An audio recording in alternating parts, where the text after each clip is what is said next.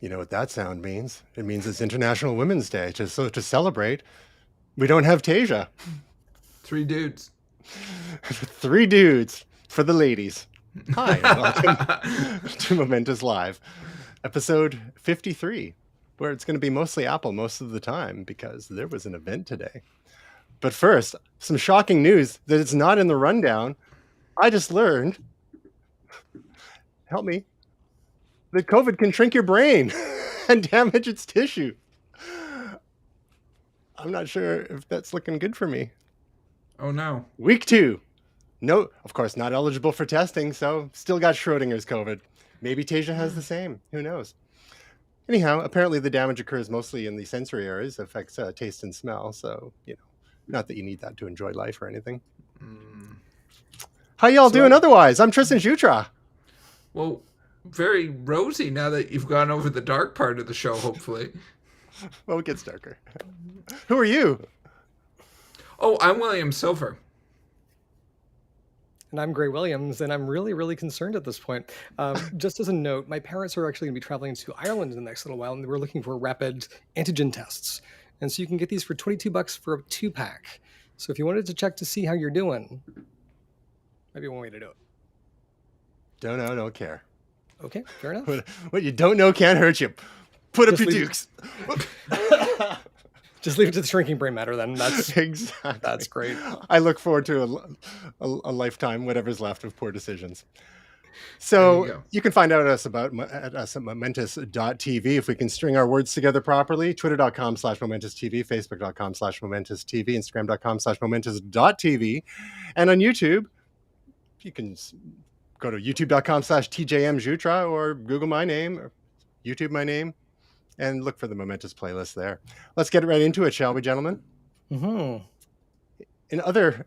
In your weekly... the weekly Wordle. Weekly Wordle.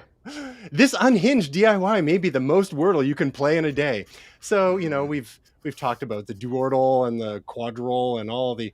if one Wordle a day is not enough for you, you can do 2 or 4 at a time, or 8 octordle. There's 8 at a time, and now there's secordle, where you can literally play 16 games of Wordle at a time because reasons.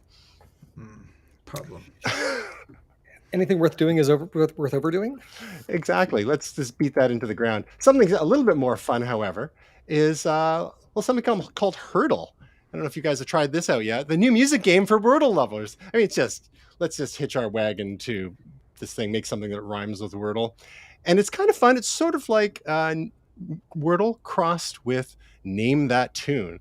But because it starts with the very, very beginning of a given song, you've got to be really on it to know what's playing. Like you get like a second and a half of like a single chord. And it's like, don't know. There's no hints as to what decade it could be from or anything like that. So, I'm a fan of music.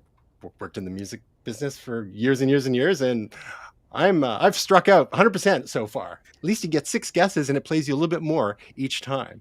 So tickle a different part of the brain, whatever's left. What's that? And that is for the 3 of us to do this each day until our next show, and take a screenshot or a screen cap, and let's see who comes out on top. That sounds. My money's actually on you. So I don't know. Probably, yeah. Second place with Will. We'll have to see. It really depends on when the music's from, because there's a thing now called Dua Lipa, apparently, and apparently she's a singer and she has a podcast. So and it's about to be on Apple TV. Exactly. Just can't keep up. So it's a little like that Elvis Presley, who was in the army but also a singer, but then also in pictures. These polymaths. How do they do it? In other Armageddon-related news, you may know there's some stuff going on the other side of the world, and you may be wondering how to help, aside from donating to the Red Cross or Doctors Without Borders, also known as MSF. But people have been finding some creative ways to donate.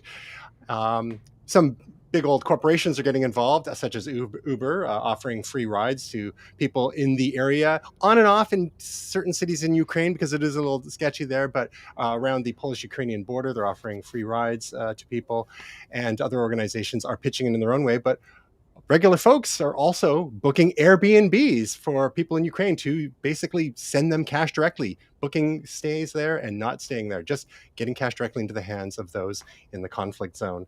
And similarly, people are also buying digital goods on Etsy. So with digital goods, of course, they don't need to be shipped anywhere, so that makes it a little easier on the creator there as well. So a couple of neat ways to help out folks in that part of the world in Ukraine that are under siege, quite literally, at the moment. Any other creative things you've heard or thoughts on this, guys? Well, I there really was like one this. I was thinking of, Mhm. which, as you guys know, I'm part of a DJ community and a community of scratching DJs across the world. And there's been a number who have been affected by this, and some of them have band camps. I was actually just had that thought this morning based on these articles on the Airbnb. So I'm thinking, I'm researching it, of course, and I'm considering buying overspending on their Bandcamp music, just to donate some money to them. I did find out, which is a slight hitch, which is that Bandcamp takes 10 to 15%, except for first Friday of every month, where they give all to the artist, and we just missed the first Friday of the month. So that's a little bit of a. So I'm trying to decide whether I wait or whether I just do it before. Yeah, you might end up seeing some policies change there from Bandcamp as well for artists in specific regions. Again, with any of these things, we want to make sure to do whatever. Yeah, they say DYOR, do your own research, some due diligence to make sure that you're not being taken advantage of by the inevitable cadre of shysters who are going to try and get in on some of that action.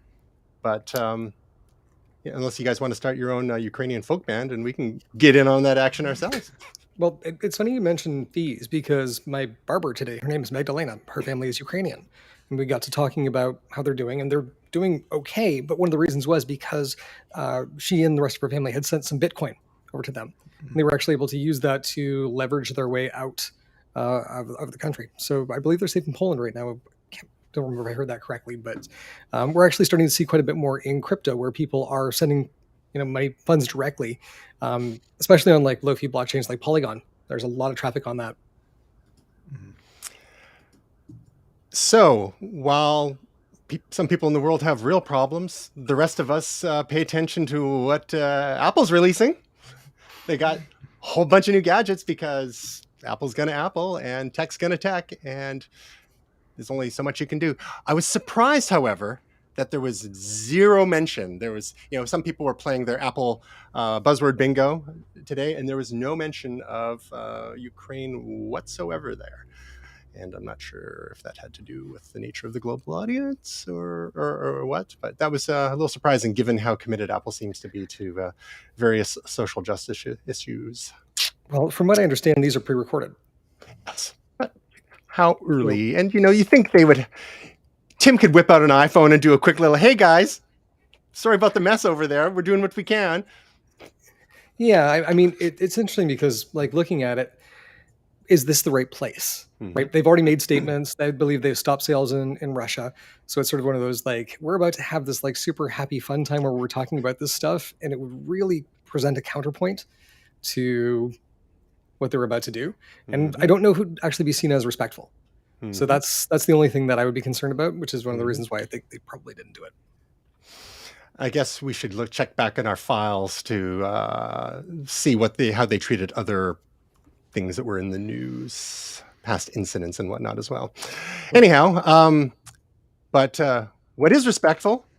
Actually, I don't know if this is respectful. They didn't mention in the 1 hour address where to buy Apple's new spring color watch bands and cases. Part of an Apple tradition.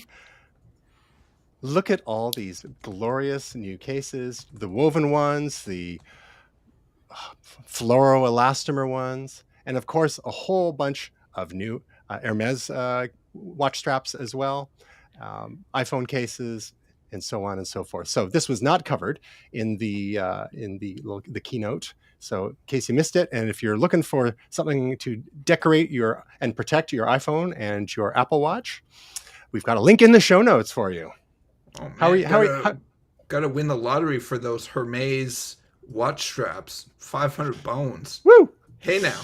Hey now, they should call them They should call them edition. Uh, Gray, how are you doing in the Apple Watch strap department? I know you're a fan. So I've got quite a few like authentic Apple straps, and the braided solo loop is actually probably my favorite style of band. Unfortunately, it's $100 US, $110 Canadian, I think. So I haven't actually found a good knockoff of those yet, but the ones that I have are all genuine, and I really quite like them. That said, I believe this is a knockoff Hermes cuff, which was $15 on Amazon. I got it in brown as well, so big fan there. With this bunch, I think The I'd be authorities looking. are on their way. Yeah. They took me away in a pair of Hermes cuffs. The bright green braided solo loop. It looks like the ooze that transformed the Ninja Turtles. This I want. I want that very much. That is All cool. right. How about So, you? Anything strike your fancy? I can't see. I mean, I'm pretty good. The problem with this, unless you have multiple Apple Watches, and I've got Series 0, the original, and a Series 6. So technically, you could wear two at once, but there's only so many watches you can wear at once, and it just seems almost a shame to have so many straps just sitting there dormant most of the time. Just like I have a whole bunch of old watches that sit there dormant most of the time as well. And in the interests of minimalism and decluttering, maybe it's time to. I do not have that theory about DJ mixers. Well, I will say, and I'm going to quote Ray here: the only thing that separates man from beast is the ability to accessorize. So Oh. having There you something go. that matches your outfit is actually quite important to me. Hence, Mhm. a watch band in every shade. Something that I guess is not important to you, Gray, is Friday Night Baseball on deck for Apple TV Plus subscribers. So if you're a subscriber to Apple TV Plus now, you're going to get 2 exclusive Major League Baseball games in Canada, US, Puerto Rico, and a number of other countries. Now, Will, you're a fan of certain types of sports ball. What kind of message do you think this sends from Apple to the world of sports, and how they may be adding value to Apple TV Plus? And do you see other leagues perhaps getting on board with this as Apple throws lots of money around? What I'll say is this is a really interesting space because we have some players like ESPN and some others who have gone into the digital space and doing streaming leagues like NBA and things like that. But at least for the soccer slash European football version of sports ball, it is a mishmash of things depending on what country you're in. Certain leagues are their licenses are held by certain streaming services. So I may have mentioned this before, but DAZN or DAZN, It's as it's DAZN. butchered. It's DAZN. Yeah, it's butchered. A lot of people call it DAZN, but that's I didn't not know correct. until you mentioned it a few weeks ago. Yeah, It's no, like, people how are you bring that supposed to up all know? the time. That's where branding went wrong. DAZN and Can I supposed buy to a be vowel?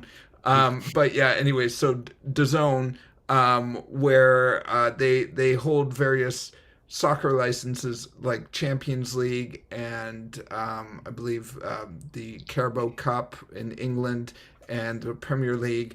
The Premier League's actually been bought out by another streaming service named Fubo, which doesn't have much else. So now those who like Champions League and Premier League have to have 2 separate streaming services. So I'm just saying it's all over the place. It'd be great if an Apple or a Netflix or something bought up some of these sports licenses. And like I say, it actually varies depending on the country, right? So various countries have different sports leagues, or sorry, different licenses. So you might actually have DAZN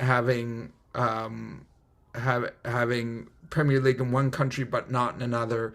Another competitor having Premier League. So it's just all over the map. So I guess to get back to this baseball thing, if some of these big services can start going into this territory and consolidate, that would be great. In my opinion, I know some people may be against that, but I'm sick of having 4 different services plus Netflix. It adds more value to Apple Plus, Netflix, Amazon Prime, Disney Plus, all those things. I guess there's a couple of things going on here. One is that baseball apparently has one of the oldest demographics of viewership. So it's one way for Apple to try to appeal to them. And I still encounter people all the time who are confused by Apple TV Plus, because they go in and then they see all these movies and TV shows, and then they try to watch them. And it's like, oh, I've got to pay to rent or buy this stuff. Apple did a poor job, at least for the first year or two, especially on the Apple TV interface itself, to separate and explain the difference between what was formerly iTunes TV shows and movies and what's Apple TV Plus content. The thing is, and it's a shame because there's so much great Apple TV Plus content, but it's all new originals kind of stuff. They're doing the HBO play, and they're not licensing old back catalog stuff. But this is a new arrow in their quiver with licensing sports. So it'll be interesting to see how this goes. No word on the quality of the streams. I would be really interested to see 4K HDR for certain sports. Like hockey would really benefit from that, especially since the puck is so small and we don't want to resort to putting a blue glow around it. But fast-moving sports, they tend to not do great in lower bandwidth situations. So if you've got a nice fat pipe, you're on a fiber connection, can you benefit from whatever they're pushing down the stream? And what are they pushing down the stream? Are they eventually going to be sending us 4K signals with HDR, so full color gamut and the like, because that would really give an edge over cable providers and heat things up for sure. DAZN also cuts out all the time. Typically, it'll cut out 1 to 3 times while I'm watching a game on a Saturday morning, and I have to press the button again. Also, another thing is on the screen, and I'm not sure exactly, I've never heard a definitive answer to this. Numbers will appear on the screen, like in the corner or one of the corners, and it's somehow some authentication thing or something. I'm not exactly sure what's going on, but do you guys know what that might be? I would imagine if it's somebody's making a video on demand of it, like they're actually recording it and then putting it out there, they know which subscriber is actually recording it and putting it online. It's a little like the burned in titles when the Academy sends out screeners and things like that. Gotcha. That would make the most sense to me. Yeah. So, and people do restream things like on pirate streams and stuff like that, so that might be it. If somebody's got it going on Twitch, you can basically do a DMCA scan for the content and then take a look at the number and see who it is and then cut off their account. Gotcha. So for those who are not familiar with the issue we're talking about, when it comes to the bandwidth and the quality of the stream coming through in a non-sports context, just take a look at any show that shows running water, so a waterfall or the ocean or anything like that, and see how quickly that gets very blocky and very ugly. That is the ultimate test of your bandwidth and the compression that's happening to try and get that detail. And many, many, many systems fail at that. So moving right along to some of the hardware announcements from today's Apple event. The new iPhone SE adds 5G, but keeps the home button. So we're basically looking at a design from 2013. So we're looking at 8.5 years now. And serving the lower end, the entry-level market, $429 US. You can get it in Starlight, Midnight, or Product Red. And Will, you had mentioned a certain longing for the home button, which this device still has, even though it's got an A15 Bionic processor and 5G, and it's also got the home button. Good guts, but old jacket. Don't get twisted. I love my new phone. I love the Max, but at the same time, I do miss the button. I miss the tactile touch. I mean, you still hear people talking about tactile keyboards and missing them on phones. So I just miss having the home button. But logistically, technology-wise, I get it. I want more screen. We all want more screens. It's kind of ridiculous to have a little button-sized screen if they were to put a screen on the home button. So I get why it's impractical, but my heart will go on. Gray, who's this for? I'd say my parents, but they actually have an iPhone 11, so they didn't buy the SE. But I think probably the next phone will be an SE. honestly, like for all the folks out there who are on Android who perhaps have had, they were looking for change, or they don't have any, they're like not getting security updates. People have older iPhones who've dropped them and they're like, oh, it's time to upgrade to something. This is the iPhone for everybody else, right? You're not on the cutting edge, bleeding edge, but you are. This is the weirdest thing: is this has an A13 Bionic in it, which is the same processor in the iPhone 13 and That's A15 an Bionic. A15, yeah. Bionic. So it's the same processor in the iPhone 13. This is where I got mixed up. iPhone 13 and iPhone 13 Pro, Yeah. which we'll talk about it a bit more. But Apple has done this incredible thing across their entire lineup, which is they're setting a lower boundary for developers of like, okay, this is what you can design for. From this point forward, this is what's going to use this processor. And so when you're building something, it has these features. They're not using a cut rate processor. They're not taking away cores. They're not doing any of this other weird stuff that you find happening in other phones. This is literally, the same sandwich, no matter which package it's in. And so, who's this for? It's honestly for anybody that hasn't picked up an iPhone 13 yet or iPhone 13 Pro yet. Can I throw down another user case? Sure. Of course. Is workplaces. Sometimes workplaces that buy whole fleets of phones, they'll get the light model. Basically, I know a few people who have lighter versions. It's funny though that I'm like, oh, that's so cute. That's an iPhone from like 10 years ago. It's so small. So yeah, they'll have that on top of most of these people have their own personal phones as well, but that's the work phone. Is it bad? I'm tempted to get one as a backup. Retro. My dad has the 2020 SE and had the iPhone 5 style SE before that. Loved them both. Appreciated the price point. Likes having the home button.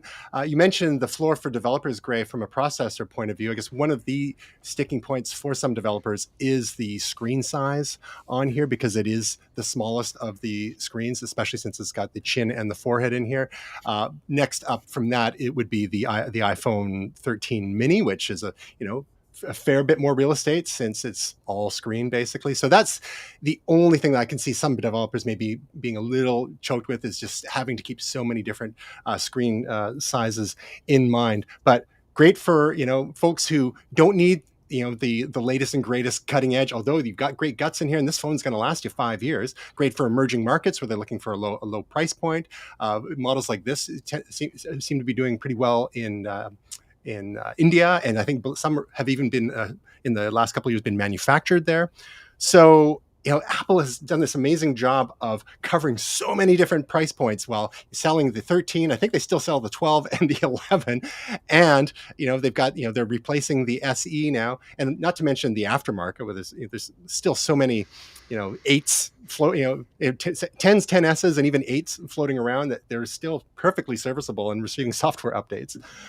So so what's old is new again. And speaking of which, another device that was refreshed. Again, the line has been around for a while. Had a big refresh 18 months ago or so. The iPad Air had an overhaul to make it look like the iPad Pro, and now it's just like the iPad Pro. It now has the M1 processor and a 5G option if you want to add cellular for this. Now I believe both you and Will got iPads Pro last year. Now, when you see the capabilities that they've added to the Air here, do you feel like you're being overserved with your Pros, and that you may have been just as happy with something like the Air? Gray, let's start with you.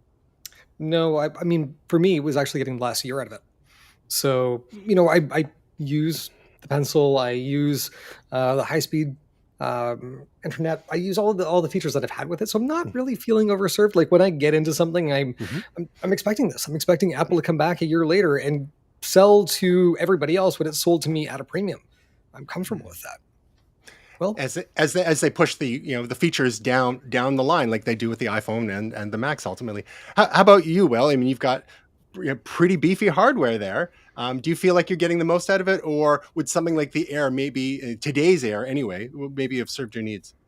No, I'm with Gray on this. I mean, I'm often with Gray on things, but I'm definitely with Gray on this one. I mean, if you don't expect a new model to come out, then you don't understand, technology. I think we were even aware of this when it came out that they were holding back on the Mac, the iPad Air. So I'm not shocked by this, and it's just kicking the can down the road. And as Gray said, there's capabilities in the full featured, regular iPad. So I don't feel bad for what I have. Well, you shouldn't feel bad because the iPad Pro is an amazing machine. They've One of the other features they added to the Air is they upgraded the selfie camera to 12 megapixels and ultra wide lens with center stage. So again, so what is exciting about when they do something like this is then it puts upward pressure on to the iPad Pro. And it's like, let's just see what they're going to put on the iPad Pro now. Yeah. And this is something that, who was it? Was it Steve Jobs that like maybe 15 years ago said something to the effect of how the way that Apple looks at their individual products is that they all have to justify their own existence. And if one starts, encroaching on the territory of another, then it's up to the other to push back, basically, and they all have to fight to survive in their own ways.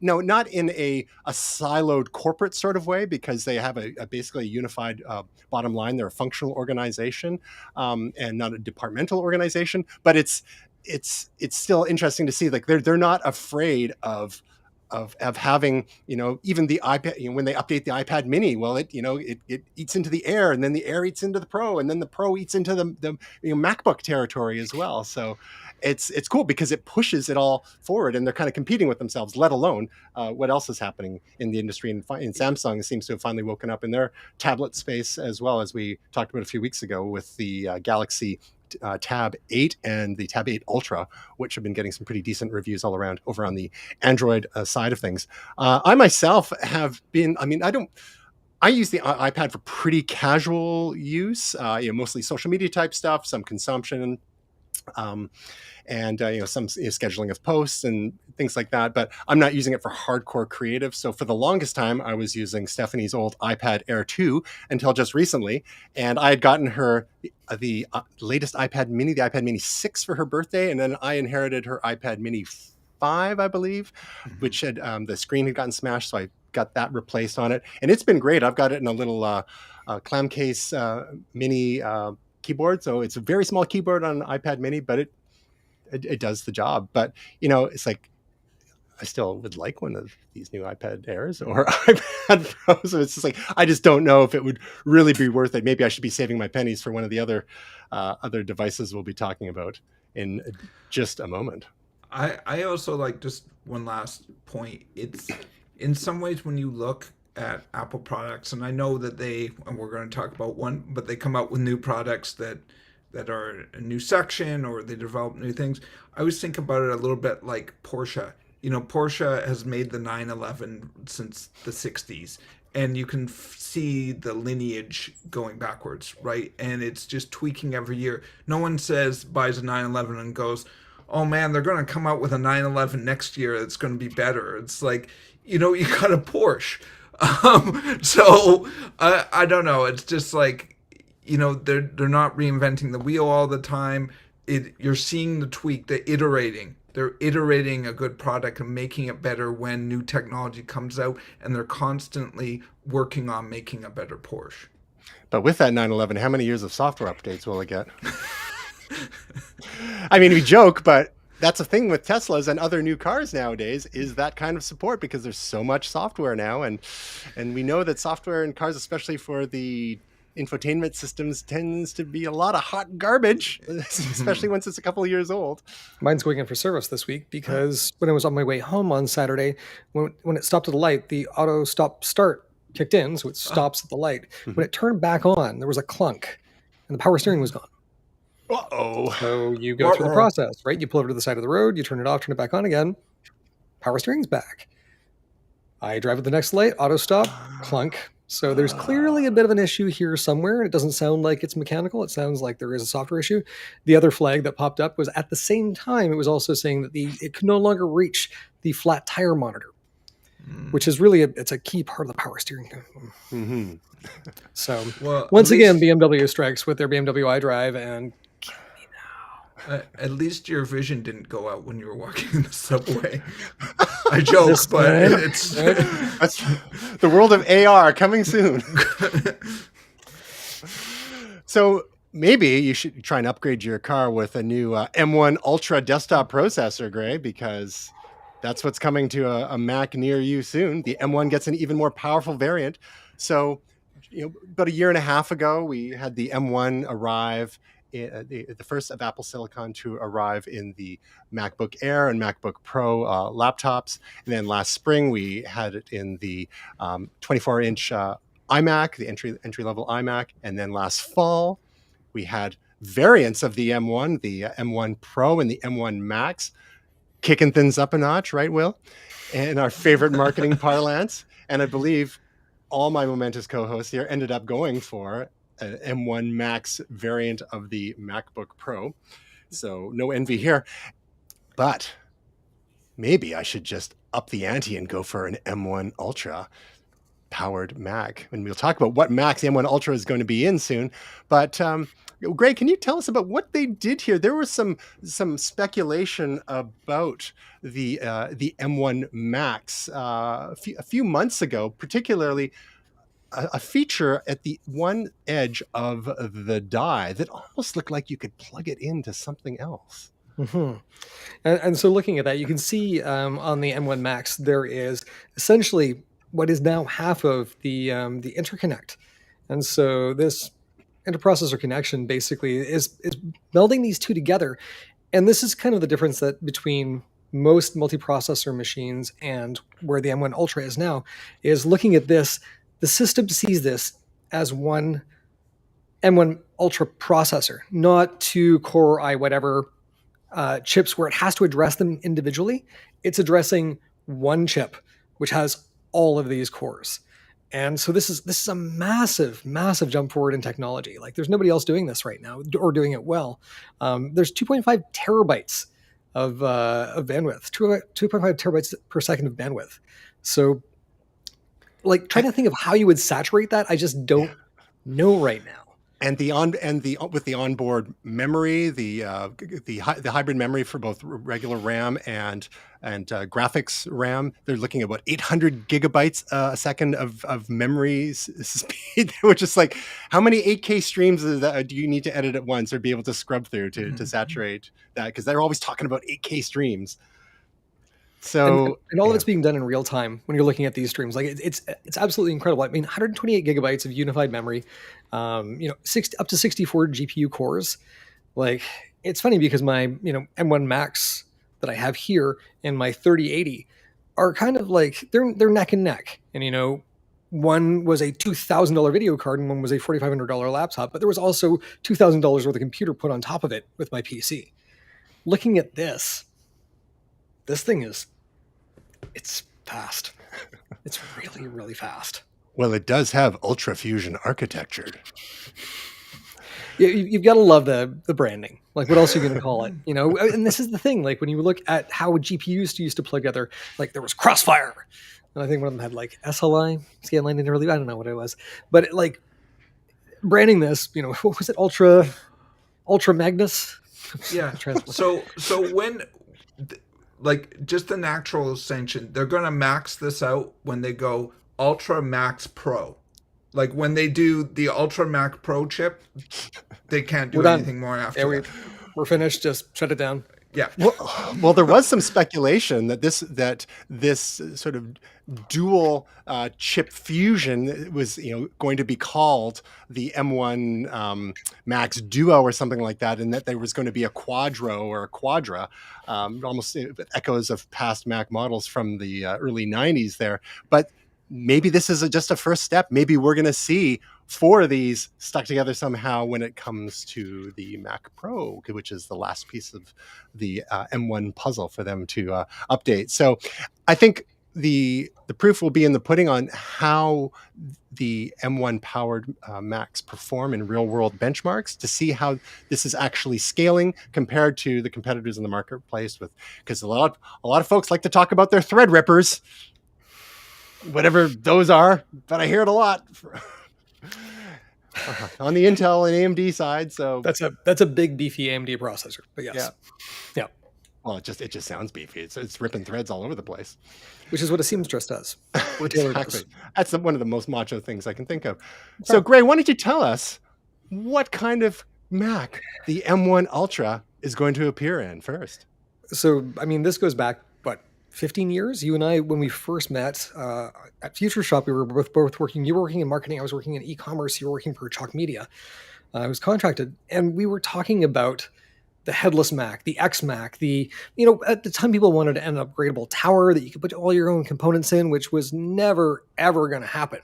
But we were looking for the thing that sat between the Mac Mini and the MacBook Pro or the Mac Pro, where it didn't come with a monitor, didn't come with a bunch of the other bells and whistles, but this was going to be the raw processing machine that would let us have a desktop Mac where we could supply our own screen.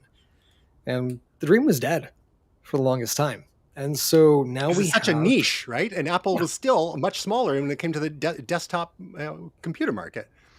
But now we have a gift, to everyone who has a side hustle or this is their primary hustle, and they do creative work. They do work that requires that heavy duty processing that right now, they bought an iMac Pro because they needed it, but it wasn't really what they needed.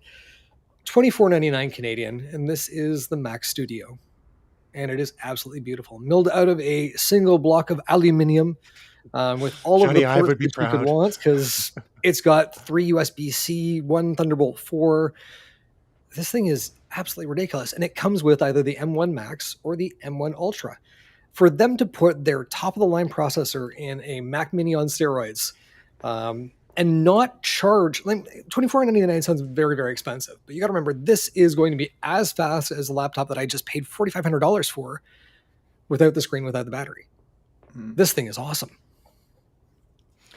Will, would a beast like this tempt you away from a laptop for some of your creative endeavors? So you don't have to move it around, plug it in, unplug, just have something there all the time with the raw horsepower, and you've got your keyboard, mouse, and one or more monitors plugged into it. Just go to town, not having to worry about the constraints of a laptop and all the cooling and all that.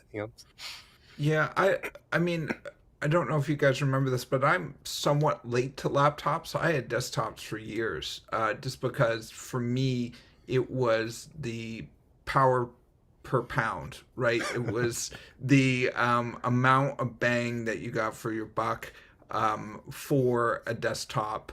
And you could, like with PCs, put separate monitors, and you could carry those over from one machine to another. You didn't need to buy a new monitor when you bought a new desktop or a new keyboard. So I like the idea of this a lot. I do like the flexibility of having a laptop and being able to go down and watch TV or sports and just do some work with something mindless in the background. But if I get more for the same or for less, my computer at home does not necessarily need to go on the road. I have a computer at work. I have a laptop at work. If I really needed to work on the go, I could probably take that, unless it was maybe a personal project. But I see a lot of use case for this. But maybe I'm just one of the weirdos that doesn't mind being anchored to one spot in the house.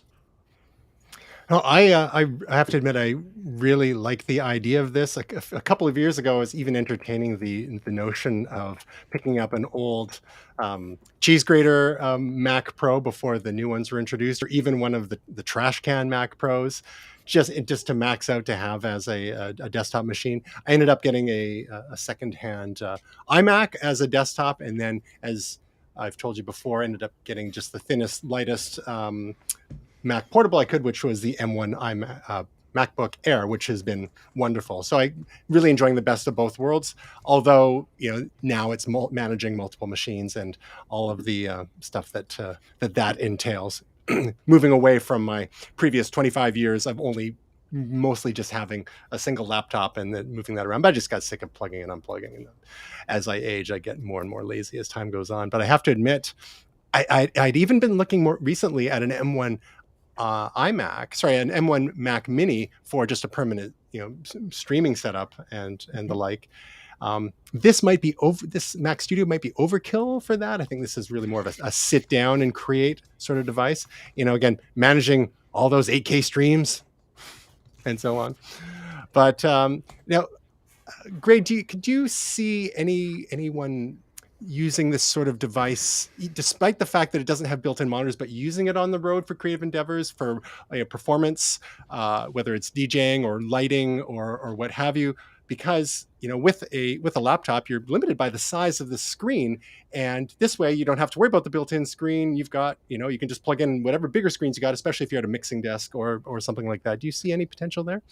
Yeah, absolutely. I mean, when I look at this right now, my setup is I've got a 34-inch monitor sitting right here, and I've got my 16-inch MacBook Pro over on this side, and it's kind of wasted space, right?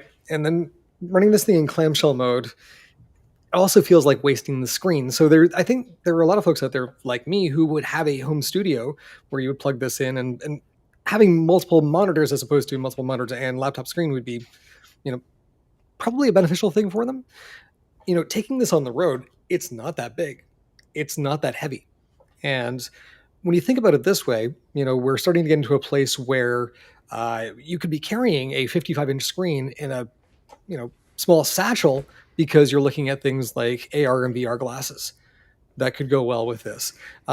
You've kind of mentioned it a little bit there, like performance. I could see somebody, if you were doing like a high-end lighting rig, if you were, working with like real-time sound reproduction, stuff like that, maybe. I could see video editors possibly doing it if you were going to be going somewhere and editing for a long period of time.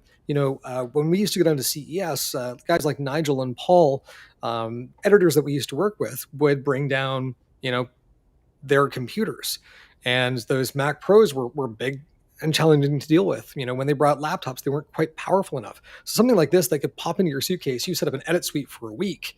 Even if you go and, you ship your monitor down, it's still going to be a better experience than the 16-inch MacBook Pro.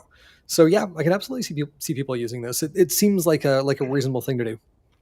Well, I know until the latest round of M1 MacBook Pros came out, certain developers like Marco Arment, the developer of the podcast app Overcast and the co-host of the Accidental Tech podcast, ATP, when he would go to his summer place, he was one of the original developers of Tumblr. So I think he's doing okay money wise, but he used to bring his iMac Pro with him to the summer cabin, basically, because he didn't have a laptop that could do the kinds of things he needed to do and perform the way he needed it to perform. Again, until the M1 device laptops started coming out, and now he doesn't have to do that anymore. And there were other people, again, who had cases for iMacs and iMac Pros to carry around just because they were larger and had the better heat dissipation for those Intel processors. Because when people are putting i7s and especially i9s in them, yeah, they get pretty warm. So as you both know, the laptops, the MacBook Pros with i7s and i9s, just had a number of issues, so much heat, so much fan noise, even logic board failures. So the M1 has been a blessing in so many ways, and that's just like the Apple Silicon just keeps going from strength to strength here, and to be able to power something like this this Mac Studio is in some cases like faster than the Mac Pro, than the 28 core Mac Pro. Mm-hmm. Yeah. So it's just it's a total game changer. So who knows when an M1 Max and M1 Ultra powered Mac Pro comes out, how many cores they're going to have in it. And again, that's going to be where we see how well this architecture actually scales. So I think the best is yet to come. So to go along with your shiny new Mac Studio, you might want a new screen, a new monitor that maybe doesn't cost $5,000 US. I think $6,000 Canadian for the Studio. Was it the Apple Display XDR or whatever it was called? I mean, it was huge, and the stand alone was $1,000. But now we have some of the goodness from that design language, and we don't get the micro LED, or we don't get the mini LED backlighting, unfortunately. But get what you get. You get an option for a stand that goes up and down, tilt as well as tilting. So that's only an extra $500 American, but at least it's not $1,000, and it doesn't have the magnetics aspect of the Pro stand. But this is what a lot of people have been asking for a long time: a proper 27-inch 5K monitor to pair with one's Mac Mini, now Mac Studio, and even to one's MacBook Pro or MacBook Air. It's still not cheap. Greg, can you give us the rundown on this? Yeah, I mean, obviously, phenomenal little display. Like this is great. 27-inch, and obviously we're losing a 27-inch device today, so say so. We'll get to that in a minute. Don't even get me started. But they've done a lot of really great things here, right? This is a 5K display. It's got 3 USB-C ports. It's got 1 Thunderbolt port, so it'll charge your MacBook Pro. They'll said it'll even fast charge the 14-inch MacBook Pro, which I think is great for those of us with the 16. It'll charge at regular speed, which is that half hour to 50% rate. You need 110 watts on the charger to do that with the MacBook Pro 16. The built-in camera in the screen, this is something that we haven't seen for a very, very long time. And that reminds me back of the old iSight. Remember the iSight cameras, the barrel-shaped thing? This actually feels great to have in here, because for so many people, when you bought a Mac Mini, I guess when you're buying a Mac Studio, you don't have that beautiful FaceTime camera that's built in. So now they've got this ultra-wide camera with center stage in there, which makes me wonder if they're going to bring center stage to the MacBook Pro. Right. The next revision, get you to upgrade again. Well, and I mean, clearly, I think this is being done in software, because I think there is a wide-angle camera on here. I could be wrong about that, but it would be disappointing to not have this feature come to the machines that we have, but such is life. Get used to disappointment as an Apple user. Right. I mean, they've got a phenomenal speaker system in here. They've got 2 woofers and a great tweeter system, and it does the same spatial audio that you're seeing from their other displays as well. So this is the one that I think a lot of us have been waiting for. The only challenge that I'm finding right now, and I don't quite know, because I keep hearing that it is not ProMotion. It's only 60 hertz. Correct. And that might actually give me pause on this, because I've got a 4K 60 hertz display in front of me right now, and it's fine. But once you go to ProMotion on your other devices, it's kind of hard to go back. Yeah. I would say one of my nitpicks here, I think if anyone was deluding themselves, or if anyone that was thinking that they were going to get a $500 or even a $700 monitor from Apple to fill this game, I mean, they were kidding themselves. But Apple has a way of being able to charge more by adding in certain premium features, like the sound system on here, like the webcam. And the part that breaks my heart a little bit is that, in the sense, if you have a multi-monitor setup like a lot of us do now, it's kind of redundant. Like, do you really need 3 webcams and 3 sets of speakers and all that? Unless you're doing live switching on Twitch or something like that. But it's like, it would be nice if there was something that had the same visual aspects and fidelity, and didn't have that other stuff. Maybe you have one that's got the speakers and the webcam, and then two just dumb monitors on either side for that kind of setup, because you're paying more than you need to for features you don't need all 3. So there were reports that there were multiple Apple monitors that were coming today, and then last week they said only one is ready to go. So if I had to put good money on this, June this year, during WWDC, they will roll out the multi-monitor setup that I think we're all kind of waiting for, because I'm in the same place. If I had a triple display setup here, vertical, horizontal, the center one would have the camera, just like this does. And that's kind of what I want to go for. So I think you're right. I think they know as well, and I think we've got it coming. Yeah, and they'll probably say, hey guys, we got a sweet solution for you, some ultrafine displays from LG with some crappy cases.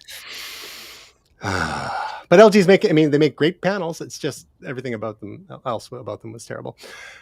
So mixed. I mean, very nice. Probably, I still find it difficult to pay more than $300 or $400 for an external monitor. Yeah. So, oh boy. Maybe we'll see how that crypto does.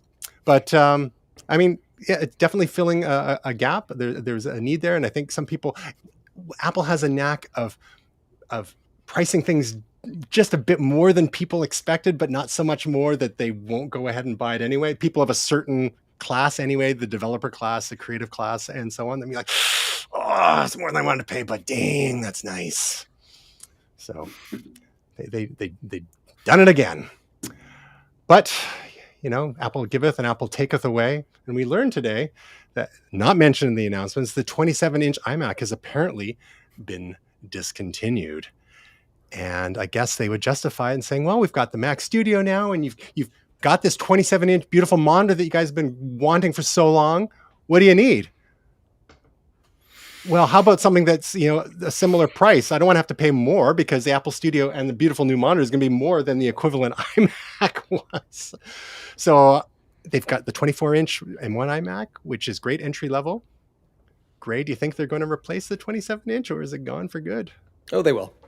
Yeah, they absolutely will. And I think they're probably going to wait until the next generation M series processor. Reason for being, like, when we're looking at keeping those thermals in line, I think you're probably going to see something a little bit more akin, where they'll probably put like an M1 Pro in the 27. So you'll have your M1, M1 Pro, and then M1 Max will be in the Apple Studio, or the Mac Studio and the Mac Pro. So again, I don't know if this one is a June thing, or if maybe it's a back to school thing. But I One of could those see rare that this July, year. August announcements. Yeah. Yeah, I could see that this year. Otherwise, it's probably going to be next spring, and we'll see it back then. Yeah, because first they canceled the iMac, or discontinued the iMac Pro a while back, and which was 27-inch as well. And yeah, so fingers crossed. I really like my 27-inch iMac, flanked by its two 27-inch LG monitors. But the Studio could be just replace that middle monitor with one of these guys, or maybe another $400 one, and we'll see. It's just the 27-inch iMac has been around for so long. It's like 20. Was it? I guess it was 2011, 2012. 2011, yeah. I had one from 2011. So we'll see. We'll see. Fingers crossed. And the iMac Pro may be gone for good. But in the announcement today, they said they've only got one spot to fill, and that's the Mac Pro. I mean, so they could say, well, we already filled the iMac gap last year, and a 27-inch iMac is just like gravy. But the language, just one to go. The Mac Pro, we'll see. Well, you're not interested in iMac anyway, are you? No. All right, that's what I figured. So this is what the lineup currently looks like for those who are paying attention at home. We've got the M1 Mac Mini, these US dollars, at $699. The Mac Studio, the M1 Max version, starting at $1999 US. And Gray, you said that's about 2,500 Canadian that they're selling for? Yeah. And look at this huge jump, double to get to the Mac Studio with the M1 Ultra. That is a big jump there. And then the Mac Pro, again, Intel Xeon-based Mac Pro, currently $59.99. So I expect the new M1 Max or M1 Ultra-based Mac Pros will start up and around that kind of range too. But it seems like there's a gap here that could be that between the $19.99 and the $39.99 that could be filled in by an iMac potentially. Apple's generally pretty good about having a pretty smooth price curve. There's another gap here between the Mac Mini and the Mac Studio, but they didn't really include the M1 iMac in here, and that's where that would go. But this is like the biggest gap between the Mac Studio M1 Max version and the Mac Studio M1 Ultra version, and these names are making me crazy. But we'll see as they continue to fill those gaps. There is actually something, I think, in the gap there, because I think you can order the M1 Max with additional graphics cores. Yeah, you can. So yes. Yeah. I mean, right now you've got the 10 CPU and 24 GPU cores. Those are kind of the binned versions, and you can up those. And I think definitely you want to up those a little bit. I think the 32 gigs of RAM is fine, especially with the Apple Silicon architecture. The 512 gigs of storage is a little insulting, frankly. I think they should have started a terabyte there. But to be honest, I don't think so. The way that I look at it is that storage on board can be a liability, especially if your data is on there. Like run your OS and run your apps there. You've got so much bandwidth to go to an external drive. Your data should be on an external, right? Like this is a workhorse machine. Yeah. Like, let it run the system operating software, keep your data on a separate. When you do that, however, you start adding little bits of complexity to how your file system is organized, and fragility should there be, something accidentally get unplugged. I'm speaking from experience at the moment because I'm currently running my OS off an external drive on my iMac because the internal had a was That's it a kind of the Fusion? opposite of what. Yeah, it has a But Fusion drive at the moment, and so I'm running the OS off of an SSD externally, and every day until such the warranty is expired now, so I'm going to like crack it open and replace the internal drive with a fast SSD because I'm bad at money. So, rather than just save for a new machine. Anyhow, let's move on to some picks of the week. Unless either of you have any. And you need a cigarette after this. Will, any final thoughts on the Apple event before we move on to our picks of the week? No, I mean, I think this is a good, solid, like mid-event, mid-year event, or whatever you want to call it, because the big event is usually in the fall. So I think there was some good products that were released and a bunch of things people were waiting for. So I mean, I think for this event, this was a pretty good one. Nothing on your shopping list, though, right? You kind of did you did most of your shopping last year. I did all my shopping last year for and MacBook Pro. How about I don't buy stuff every year, so it's going to be another 5 to 10 years before. See, you gotta like space things that alternate, so you can like get a little bit of juice each year, rather than doing 3 things in one year and then having to wait, right? So, how about you, Gray? Anything on your list from this batch? If there was a reason for me to have that Mac Studio in my life, I would. Right. There isn't. Yeah, that too. So, I'll wait until such time, or I just won't have one. Next time around for me. Next time around. All right, Will, your pick of the week. Yeah, back on the Theranos train. Yeah, I think I mentioned this as one of my most anticipated things this year. We watched the first 3 episodes. I thought it was pretty good. I mean, for someone who has watched, read, and consumed a lot of things about this case and thought about it and talked to people about it. I mean, yeah, it's a dramatization, so you have to kind of get over that. Some of the things are zhuzhed and made more consumable for television. But I think it's actually a very interesting look, and it did sort of fill in some gaps for me, or connect some things. It's like, oh yeah, I did know that, but I hadn't realized was connected to this. So I think there is some interesting things to glean from this. It's also, there's an entertainment value here as well, and it's well acted and well produced. So I think it's definitely worth watching. Some very good actors in here. So I recommend it. But I mean, you have to be I've bought in. I'm interested in this story and the impacts it has on technology and Silicon Valley and entrepreneurship. So I find this story very interesting. So this is The Dropout, and it's starring Amanda Seyfried as Elizabeth Holmes, the founder and CEO of Theranos, which had also all sorts of legal issues because they had blood testing technology using just a drop of blood that didn't actually work. So we've talked about that in the past with regards to the various podcasts and documentaries that you filled us in on that, Will. So glad to see that you're finally getting a chance to watch a miniseries on this topic. And so it's on Hulu in the States and Disney Plus here in Canada? Yes. Yeah, we watched it on Disney Plus. Gotcha. Great. You got a pick of the week for us? I do. Star Trek Picard. Back, I thought you might do that. I thought you might do that. Nice. I purposely did not pick that this week because I thought you might go there. How about that premiere? Me as well. Really fun. Really interesting. It's kind of interesting to see, when topics get into the zeitgeist. Right now, the idea of alternate histories and, playing with time and memory. Destiny 2 is doing that right now as well. So watching this felt very familiar in a strange way. John Delancey, great to see him back. So don't want to see much more, but yeah, really. It's too bad really they kind of spoiled it in the poster, because I luckily I'd kind of forgotten about it, but but at the end there's like, oh, there's an old friend. Yep. And I mean, Whoopi Goldberg, phenomenal. Just great to see her again. So. And her operating her bar at 10 Forward Avenue. Yeah, Forward Avenue. Amazing. Amazing. So lots of details, lots of fan service there. But I thought, like, for those who have been a little let's say, frustrated by some of the unevenness in the various Star Trek series over the last few years, even including the first season of Picard. They had definitely mixed reviews. I enjoyed it, but it was definitely a different animal. This one, I think, really delivered in a way that that some people who have been skeptical or a little disappointed may come back into the fold if they can keep it up. It's that trick, that balancing act of the fan service versus an engaging story, and also still feeling like Star Trek ultimately. Yeah, exactly.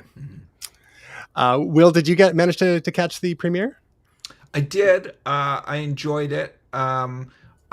I enjoy a lot of these Star Trek offerings. The one thing that sort of niggles me on some of it, and especially first season of Picard had this problem, is that it's a dark future. And that's the thing that bothers me just a teeny bit because of the vision that Roddenberry had.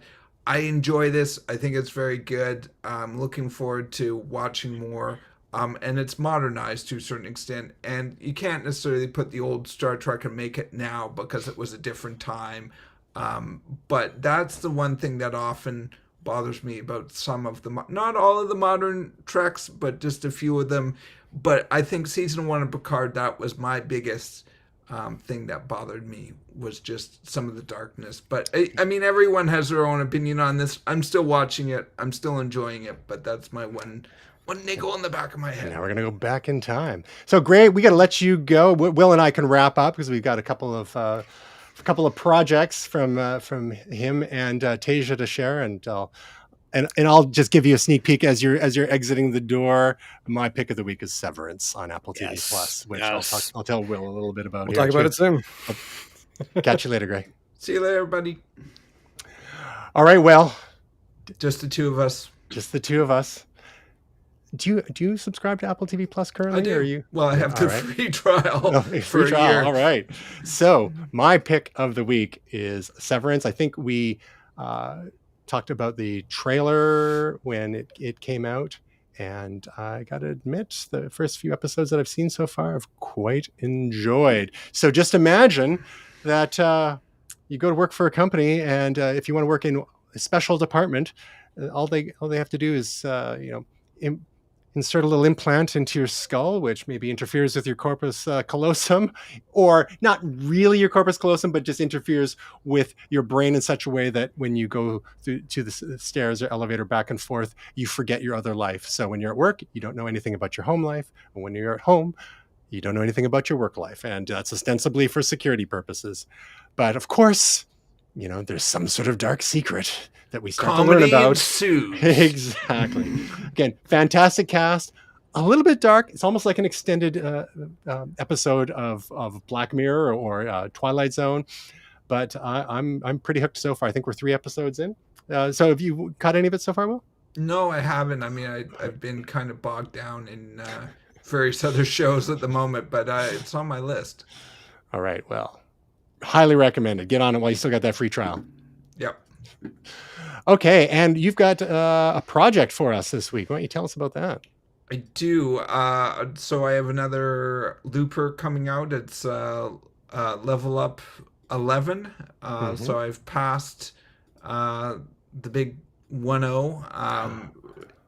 Solidly in the double digits now. Solidly in the double digits. I think this is maybe my 18th looper, solo looper altogether. I've had a few theme loopers. I appreciate the Space Invaders. Yes, I had someone message me privately and go, "Dude, you're nuts! You're releasing these at a manic pace." I don't necessarily realize that. I really do have an obsession with making beats. I probably make anywhere from 3 to 10 beats a night, a day. Wow. Yeah, I've really got a problem. But it's like photography. I make a lot and then I just release a few of them, the ones that I think are especially good. So, I'm actually really happy with this one. It seems to get a lot of traction, and I downloaded today on Table Beats or Tableist.net. The link actually will probably be in the show notes, I assume. This is actually to a web-based looper as well. Tableist.net also has web loopers.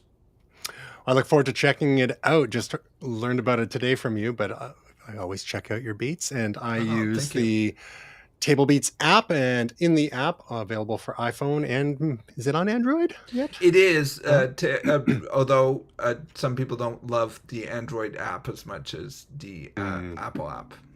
So in the app, you can basically hit the library button and then do a search for the keyword Molotov, Molotov, and that's how you can find all of the beats that Will has released solo and is also collaborated on with some other beat masters.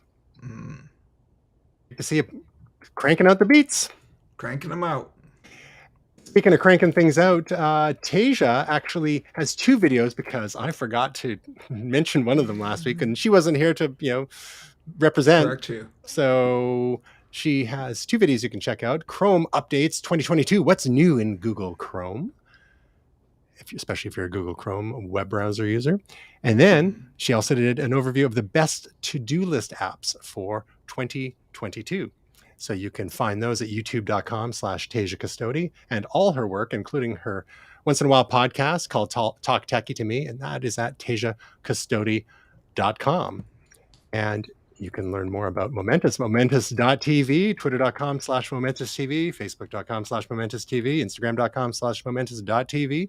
On YouTube, search for my name and find Momentous playlists there.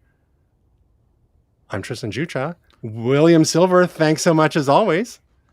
Thank you. And thank you. And I look forward to being fully healthy soon. That would be awesome. I want you to be fully healthy too, bud. And we hope that Tasia is fully healthy soon as well. We miss her.